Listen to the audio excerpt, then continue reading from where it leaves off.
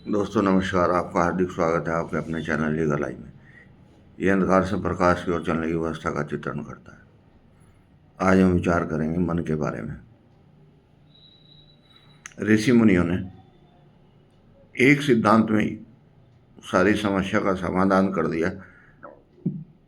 मन के हारे हार है, मन के जीते जीत।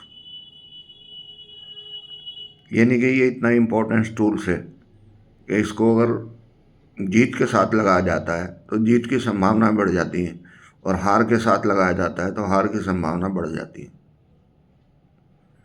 ये कैटलिस्ट का काम करता है, अपना कोई काम नहीं करता। किसी क्रिया को घटा देता है या बढ़ा देता है। इस बात को समझने के लिए ऋषि मुनियों ने कुछ छोटे छोटे सिद्धांत दिए। जैसे कि कभी अगर मन नहीं कर रहा कुछ भी तो थोड़ा सा भजन ही गुनगुना लें। जैसे एक भजन है, मैं आया तेरे द्वारे बचा ले भगवान, हाथ जोड़कर विनती करता ये बालक नादान। अपने को सरेंडर कर दें, बजाय इसके कि नेगेटिविटी में लेके जाएं कि मैं काम कर ही नहीं पाऊंगा कभी भी।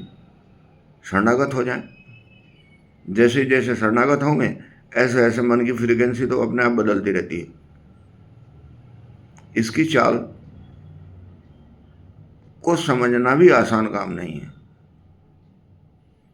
इसीलिए ऋषि मुनियों ने इसके लिए विशेष साधनाओं का वर्णन किया, और विशेष साधनाओं में उन्होंने जाप, ध्यान, धारणा, समाधि, इन सब चीज़ों को थोड़ा थोड़ा सा समझाने की कोशिश की है कि रास्ता बदलें।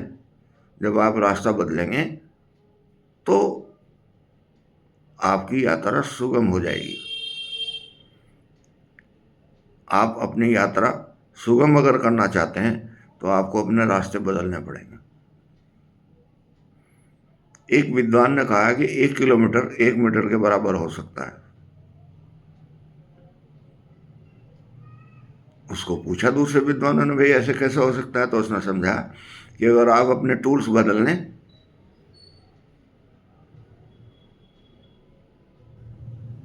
तो उसको एक्सप्लेन करने का मौका दिया। तो उसने कहा कि अगर हम 1 किलोमीटर पैदल चलते हैं तो 15 मिनट में जाते हैं, साइकिल से चलते हैं 10 मिनट में जाते हैं, हवाई जहाज से चलते हैं 1 मिनट में जाते हैं। यानी कि आप अपने टूल्स बदल लें। तो मन के टूल्स कैसे बदलें? मन को एक सीढ़ी की आवश्यकता है, और वो सीढ़ी क्या है?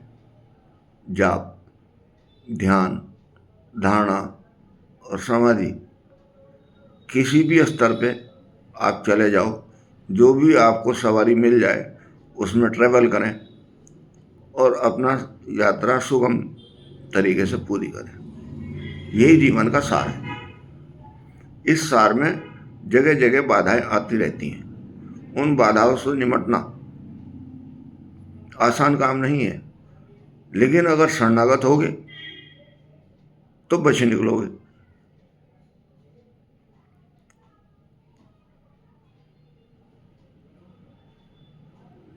सारी सिद्धियां होने के बावजूद हनुमान जी ने रामायण काल में कहीं भी अहंकार का प्रदर्शन नहीं किया, समशंभु नहीं बने। सब जगह एक सेवक की भूमिका में रहे और समर्पित होते रहे, और सारे क्रियाकलाप इतनी सुगमता से उन्होंने पूरे किए हैं कि इसका कोई दूसरा गवाह नहीं मिलता रामायण काल में।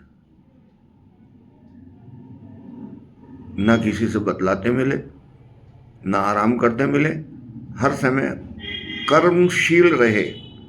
कर्मशील का मतलब है कि एक उद्देश्य के साथ लगे रहे।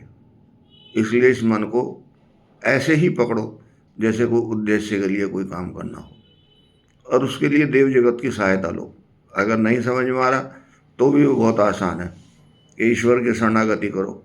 प्रभु हमारी समझ में कुछ नहीं आ रहा, इसको पकड़ो।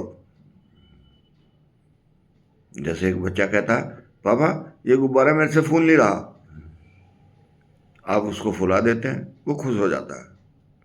बस यही हमारे मन की स्थिति है। इसको छोड़ो ईश्वर के शरणागत में, और इसको फुलाओ और एंजॉय करो। और जैसे जैसे एंजॉय करोगे, ऐसे ऐसे आपकी मन की वृत्तियाँ बदलेंगी, और जब आपकी मन की वृत्तियाँ बदलेंगी तो आपका कार्यशीलता का प्रभाव भी समाज में आएगा।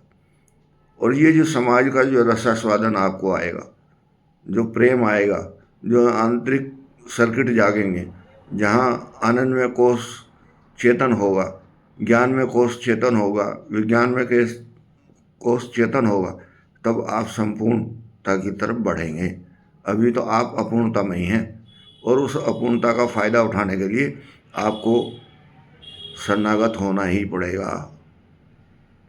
और जैसे ही आप शरणागत हो जाएंगे, ऐसे ही आपकी स्थिति बदल जाएगी। और जैसे स्थिति बदल जाएगी, ऐसे ही आपकी सोच बदल जाएगी। फिर धीरे धीरे मन आपके कंट्रोल में आना शुरू हो जाएगा। नमस्कार।